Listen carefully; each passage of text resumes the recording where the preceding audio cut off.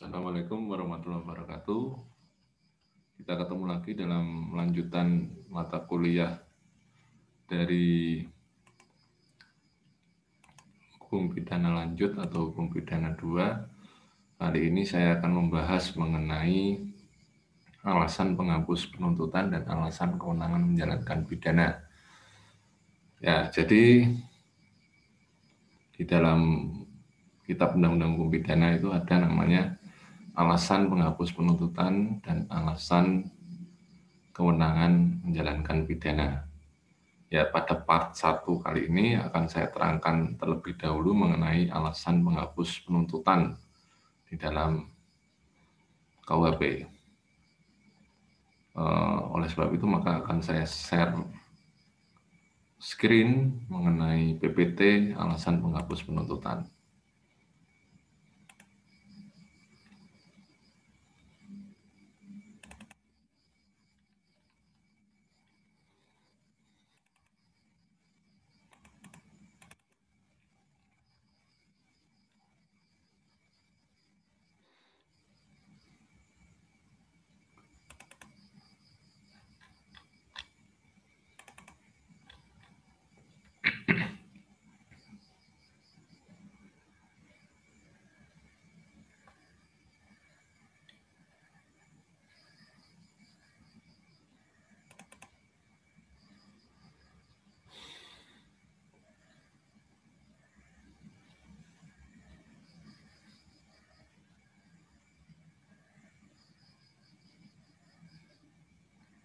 Ya, sambil menunggu karena ini agak lama.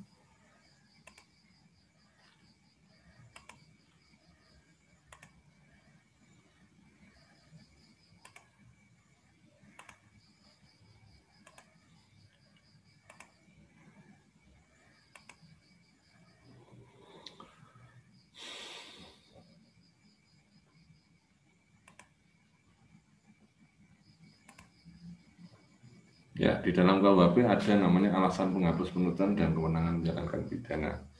Pada part 1 ini saya akan bahas mengenai alasan penghapus penuntutan. Ya. Alasan penghapus penuntutan itu mempunyai makna bahwa perbuatan pidana itu tidak dapat dituntut ke pengadilan. Jadi di situ artinya ketika sudah dilakukan proses pra penuntutan yaitu penyidikan, maka ketika akan dilimpahkan ke pengadilan itu berarti sudah mulai proses penuntutan. Jadi ketika dimulainya ada dakwaan dan sebagainya. Jadi kalau penuntutan dalam arti luas termasuk pra penuntutan. Jadi ketika dimulai penyidikan itu pun itu sudah ada namanya pra penuntutan. Jadi di sini alasan penghapus penuntutan artinya perbuatan pidana itu tidak dapat dituntut ke pengadilan. Dalam sistem peradilan pidana itu ada beberapa hal. Yang pertama, tidak adanya pengaduan dalam delik aduan. Ya, jadi pasal 72 sampai 75. Jadi hakikatnya delik aduan itu bukan delik sepanjang tidak ada pengaduan. Jadi contohnya seperti pasal 284 KUHP, 310 KUHP itu apabila tidak ada pengaduan dari pihak yang terkena, kalau itu delik aduan absolut, maka tidak dapat dituntut seperti itu. Yang berikutnya, nebis in idem, berarti nemo debet vexari dalam bahasa Latin, artinya tidak dapat diajukan penuntutan untuk perkara yang sama kedua kalinya. Ya, ini yang terkait dengan menyangkut pokok-pokok perkara ya, jadi tidak dengan misalnya kayak pra peradilan itu bisa diajukan lagi, tapi kalau yang nebis in idem ini terkait dengan materi perkara. Kemudian yang berikutnya adalah matinya terdakwa. Ini jelas ya pasal 77 KUHP. Ketika terdakwa sudah mati ya tidak bisa berlanjut seperti itu. Kemudian ada daluarsa di situ. Kemudian ada pembayaran denda maksimum untuk pada pejabat tertentu untuk pelanggaran yang hanya diancam dengan denda saja. Ini pasal 82 KUHP. Jika sudah dibayar ya sudah selesai. Kemudian ketentuan di luar KUHP seperti abolisi dan amnesti. Itu merupakan alasan penghapus penuntutan. Nah, delik aduan.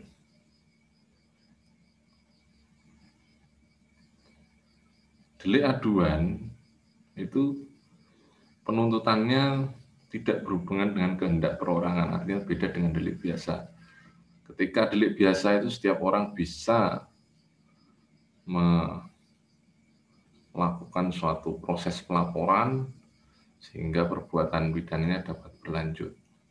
Nah, penuntutan terhadap delik aduan itu terjadi dalam beberapa delik, ya seperti tadi saya katakan di awal, ada 284 perzinahan, persetubuhan terhadap anak di bawah umur, 287, 288 melarikan wanita, 332 pencemaran nama baik dan sebagainya.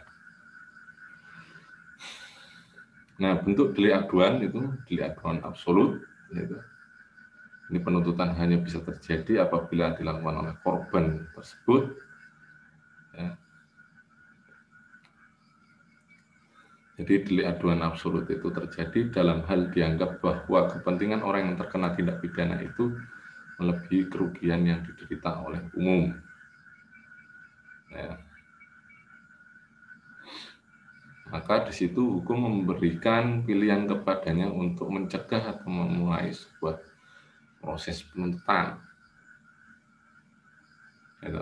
Contoh misalnya seperti ini, seorang perempuan muda di bawah umur yang telah disetujui oleh seorang laki-laki itu boleh memilih untuk menikahi laki-laki yang menyetubuinya daripada pelaku dijatuhi pidana. Nah, ini di sini ada pilihan-pilihan hukum di sini. Ya. Karena itu delik aduan absolut. Hakikatnya itu tidak akan menjadi delik kalau tidak ada pengaduan. Seperti itu. Terus berikutnya adalah delik aduan relatif.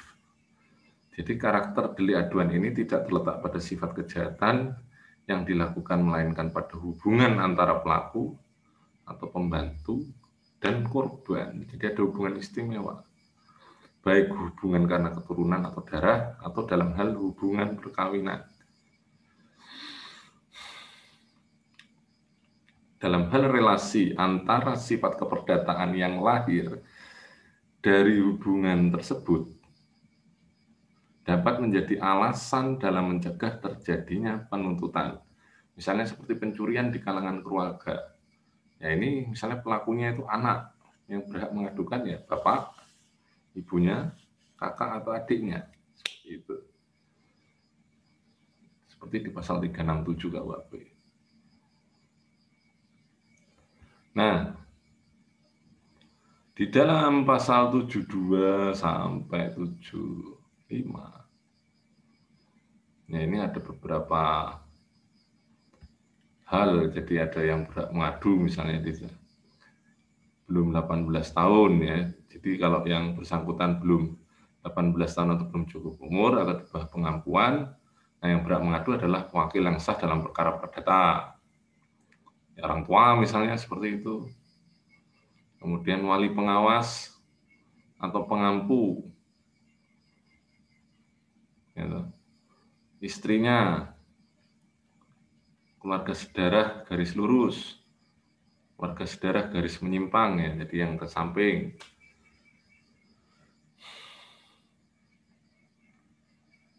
Terus tenggang waktu pengaduan, ini diatur di pasal 74. Jadi kalau bertempat tinggal di Indonesia, untuk 6 bulan setelah mengetahui adanya kejahatan. Kalau bertempat tinggal di luar Indonesia itu 9 bulan setelah mengetahui adanya kejahatan. Nah, kemudian yang berhak mengadu, yaitu di sini juga, jika yang bersangkutan meninggal, pasal 73, oleh orang tuanya, anaknya, suami atau istrinya, kecuali yang bersangkutan tidak menghendaki. Nah, penarikan kembali delik aduan itu 3 bulan setelah diajukan. Nah, ketentuan khusus dalam buku 2 ini ada beberapa macam, seperti 284 gitu ya. Yang berhak mengadu hanya suami atau istri yang tercemar. Jadi ketentuan pasal 72 dan 73 itu tidak berlaku. Kemudian penarikan kembali pengaduan dapat dilakukan sewaktu-waktu selama pemeriksaan dalam sidang pengadilan belum dimulai. Jadi ketika belum dimulai, itu apabila ditarik perkaranya itu bisa, asal itu delik aduan. Ya, ini di pasal 284. Jadi ketentuan pasal 75 tidak berlaku. Nah, untuk melarikan wanita di pasal 332 misalnya, jika belum cukup umur, jadi wanita yang bersangkutan atau orang yang harus memberi izin bila wanita itu kawin yang berhak mengadu. Kemudian ya jika sudah cukup umur, jadi oleh wanita yang bersangkutan atau suaminya. Terus berikutnya, alasan menghapus penuntutan yang kedua adalah nebis in idem. Ya, jadi artinya itu tidak atau jangan kedua kali yang sama. Nemo debet bis fixari, jadi tidak seorang pun atas perbuatannya dapat diganggu atau dibahayakan untuk kedua kalinya. Dalam keluarga Anglo-Saxon atau hukum pidana Inggris sana itu ada maksim bahasa Inggrisnya adalah no one could be put twice in jeopardy for the same offense. Jadi tidak bisa diajukan kedua kalinya untuk tindak pidana yang sama.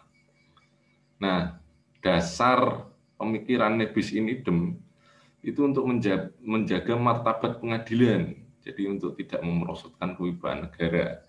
Jadi ketika sudah keluar putusan, maka ya sudah, itulah hukumnya. Seperti itu. Ya, kalau bolak-balik gonta-ganti, ya ini negara bisa mencela-menceli istilahnya. Terus yang berikutnya, untuk rasa kepastian bagi terdakwa yang telah mendapat keputusan. Nah, ingat, ini kepastiannya bagi terdakwa, tidak untuk negara yang melakukan penuntutan. Nah, penuntutan itu dapat hapus karena nebis in idem, itu ada beberapa syarat di sini. Yang pertama adalah putusan yang berkekuatan hukum tetap. Itu satu. Yang kedua, orang terhadap siapa putusan itu dijatuhkan adalah sama, jadi orangnya sama. Dan perbuatan yang dituntut kedua kali adalah sama dengan yang pernah diputus terdahulu. Makna adanya putusan yang berkekuatan hukum tetap itu maknanya tidak ada upaya hukum lagi. Dalam hal ini termasuk peninjauan kembali adalah upaya hukum. Jadi PK itu upaya hukum luar biasa, ya, peninjauan kembali itu adalah upaya hukum. Jadi itu inkrah. Nah, keputusan hakim yang berkekuatan hukum tetap itu ada 3 yang sifatnya vonis, ya, jadi kondemnator istilahnya. Itu pertama adalah pembebasan atau vrijspraak, ya. Kemudian pelepasan dari segala tuntutan hukum atau ontslag van alle vervolging, ya, 191 ayat 2 KUHP, ya. Dan penjatuhan pidana pasal 193 ayat 1 KUHP.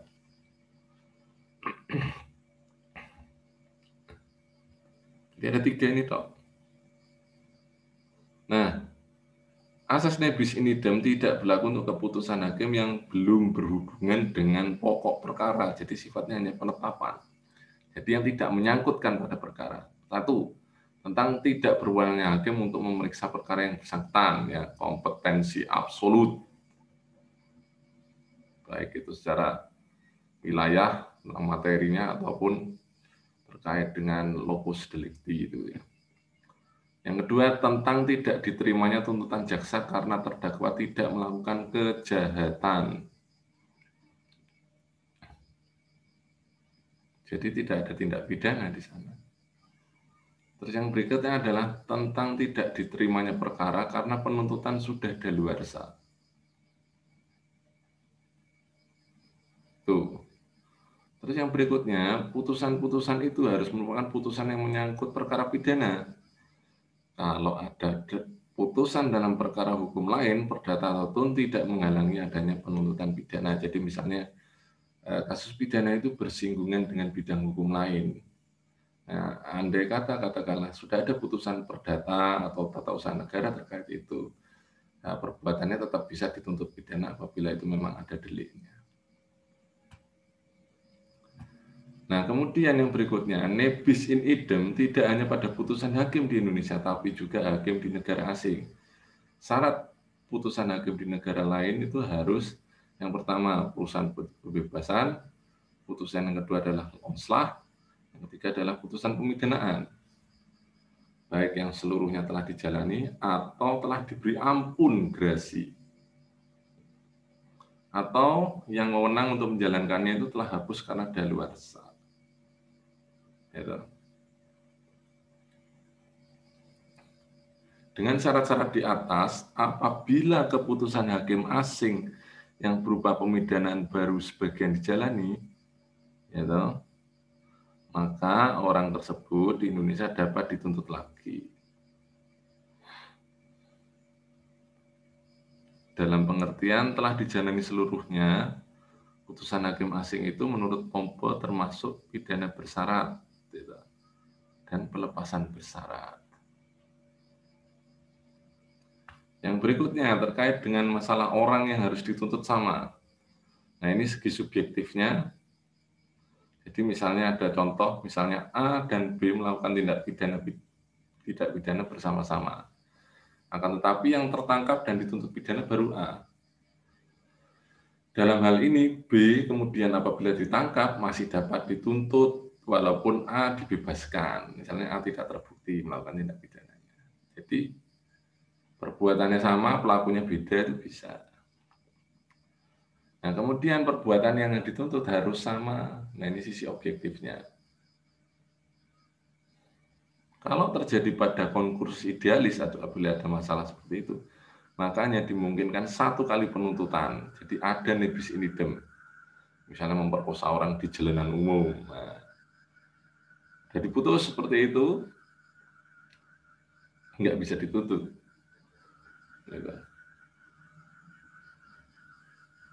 Karena memperkosa orang di jalanan umum dengan perbuatan melanggar kesusilaan di muka umum adalah satu konkursus idealis perbarengan aturan. Tapi kalau konkursus realis, maka dimungkinkan ada penuntutan kedua kalinya. Ya, seperti itu. Artinya perbuatan itu berdiri sendiri. Yang terkait dengan masalah rat konkursus itu juga terkait dengan masalah alternativitas dalam surat dakwaan. Jika dalam surat dakwaan jaksa salah menuntut, maka tidak dapat diajukan penuntutan kedua kalinya. Gitu. Jadi hati-hati jaksa harus cermat dalam menyusun surat dakwaan. Terus berikutnya, waktu terjadinya tindak pidana, kalau jaksa sampai salah menuntut berdasarkan tempus delicti dan hakim sampai membebaskan terdakwa karena tempus delictinya salah, maka tidak dapat diajukan tuntutan kedua kalinya. Ya, dalam hal ini sebenarnya sebelum ada putusan, jaksa dapat mengubah surat dakwaan berdasarkan pasal 144 KUHP, asal perbuatannya tetap. Itu. Kalau misalnya temposnya salah, gitu. Tapi kalau perbuatannya terus berubah, tidak bisa diterima seperti itu. Nah, matinya terdakwa ini tidak perlu panjang lebar, saya menjawab. Kalau sudah pelakunya meninggal ya sudah selesai. Benkari dituntut malaikat seperti itu. Nah, kemudian yang berikutnya daluarsa. Daluarsa penuntutan pidana. Jadi di dasarnya lembaga daluarsa penuntutan pidana itu dilandasi oleh beberapa pikiran. Pertama, dalam kenyataannya perputaran waktu itu tidak hanya secara perlahan menghapuskan akibat tindak pidana yang terjadi, akan tetapi juga menghapuskan keinginan untuk melakukan pembalasan. Jadi kalau udah lama banget, akhirnya ya wis lah, kadung seperti itu. Terus kemudian berikutnya, berjalannya waktu itu sekaligus menghapuskan jejak-jejak tindak pidana yang menyebabkan kesulitan pembuktian. Jadi kalau terjadi pelanggaran HAM berat, misalnya di dalam perang bubat antara Mojopahit dengan Pajajaran, wayo sing iso mbuktikno sapa kan itu. Terus berikutnya, bahwa pelaku setelah bertahun-tahun menyembunyikan diri sudah cukup terhukum, artinya sudah cukup terpidana dalam tanda kutip dengan kehidupannya yang tidak tenang dan penuh kecemasan. Seperti itu. Daluarsa. Nah, namun demikian, yang utama dari ketiga alasan itu adalah kebutuhan untuk memidana dan kesulitan pembuktian yang menjadi alasan utama. Jadi, ada gium punir non semper necesse, yaitu menghukum tidak selamanya perlu, itu menjadi dasar keberadaan lembaga daluarsa penuntutan pidana. Wis kesuwen ngono ibaratnya ya wis ya sudah, menghukum itu tidak selamanya perlu. Jadi ide daluarsa penuntutan pidana ini berdasarkan asas kepastian hukum. Nah, tenggang waktu daluarsa itu ditetapkan dalam pasal 78 KUHP ayat 1. Ya. Jadi untuk pelanggaran dan kejahatan percetakan itu sesudah 1 tahun daluarsanya. Ya, setelah perbuatan terjadi. Kemudian untuk kejahatan yang diancam denda, kurungan, atau penjara maksimum 3 tahun, daluarsanya sesudah 6 tahun. Terus berikutnya, untuk kejahatan yang diancam pidana penjara lebih dari 3 tahun, itu daluarsanya 12 tahun. Jadi yang lebih dari 3 tahun ya. Dan untuk kejahatan yang diancam pidana mati atau seumur hidup, daluarsanya sesudah 18 tahun. Nah, kapan waktu berlakunya mulai daluarsa? Ini ada aturannya di pasal 79. Tenggang waktu daluarsa mulai berlaku pada hari sesudah perbuatan dilakukan. Jadi sesudah perbuatan itu dilakukan ya. Nah, ini kecuali dalam hal-hal tertentu yang disebut dalam pasal tersebut yang menyangkut fordurinde delik ya. Jadi delik yang berlangsung terus ya, di pasal 79. Di antaranya kejahatan terhadap mata uang pasal 244. Jadi perhitungannya didasarkan pada waktu setelah uang itu dipakai atau diedarkan.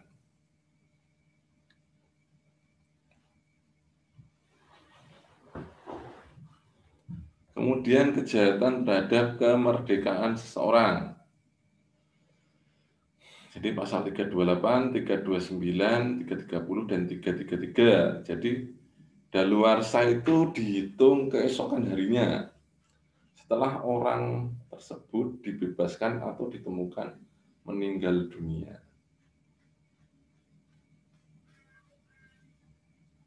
Berikutnya kejahatan terhadap register kependudukan pasal 556 dan 558A. Sehari setelah data tersebut dimasukkan dalam catatan register. Jadi kalau belum ya tidak bisa seperti itu.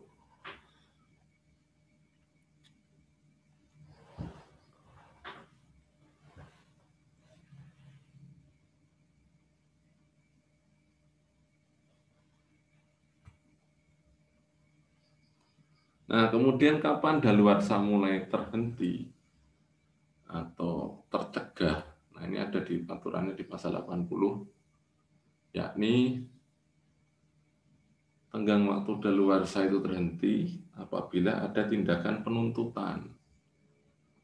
Nah, tindakan penuntutan itu ada awalnya diartikan dalam arti luas, jadi termasuk dalam bidang penyidikan itu adalah bidang penuntutan. Namun, jurisprudensi itu mempersempit, yaitu tindakan penuntutan itu merupakan tindakan penuntut umum yang langsung menyangkutkan hakim dalam acara pidana. Jadi Jadi menyerahkan perkara ke sidang, jadi berkas P21. Jadi di situ atau penyidikan itu tidak dianggap lagi sebagai tindakan penuntutan, tapi tindakan pra penuntutan. Nah, menurut pasal 80 ayat 2, sesudah terjadinya pencegahan atas tweeting, itu mulai berjalan tenggang waktu daluarsa yang baru. Jadi selama ada tindakan penuntutan, tenggang waktunya tidak dihitung lagi. Jadi contoh seperti ini, A melakukan pencurian tanggal 1 Agustus tahun 2000. Daluarsa untuk penuntutan pencurian adalah 12 tahun, berarti 2 Agustus 2012.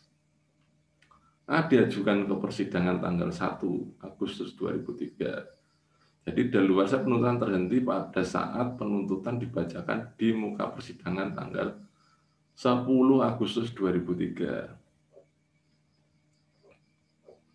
Maka daluarsa mulai berjalan 12 tahun ke depan setelah dibacakan penuntutan. Jadi tidak tahun 2000 lagi, tapi mulai tahun 2003. Itu.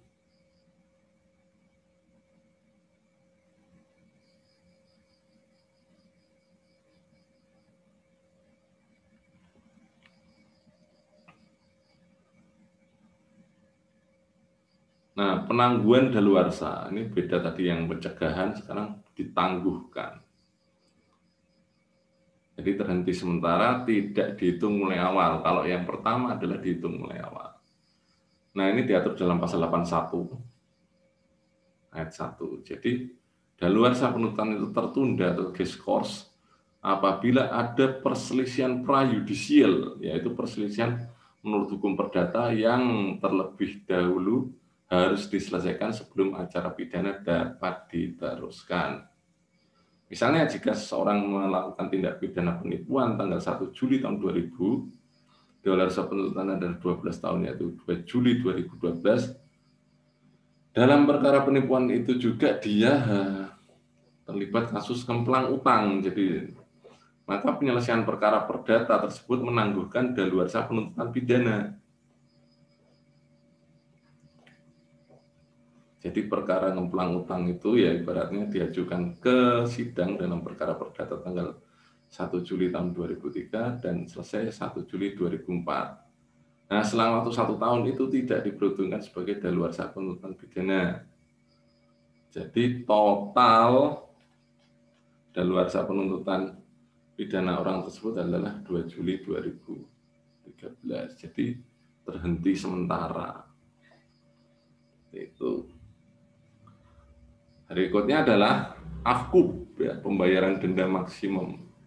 Jadi apabila ada tindak pidana pelanggaran yang hanya diancam oleh denda, apabila sudah dibayarkan dendanya, jadi pembayaran denda maksimum, maka menghapuskan penuntutan pidana. Terus berikutnya amnesti dan abolisi. Jadi di dalam Undang-Undang Darurat Nomor 11 Tahun 54, Lembaran Negara 1954 Nomor 146, di situ dikatakan pemberian amnesti, maka semua akibat hukum pidana orang yang melakukan tindak pidana itu dihapuskan. Jadi belas pemutihan, gitulah istilahnya, amnesti. Nah, kalau abolisi itu hanya menghapuskan penuntutan pidana, tidak dapat dituntut. Beda.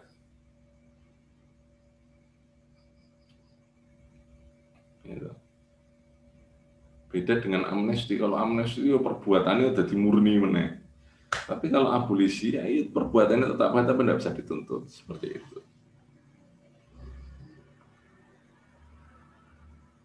Nah, sedangkan kalau yang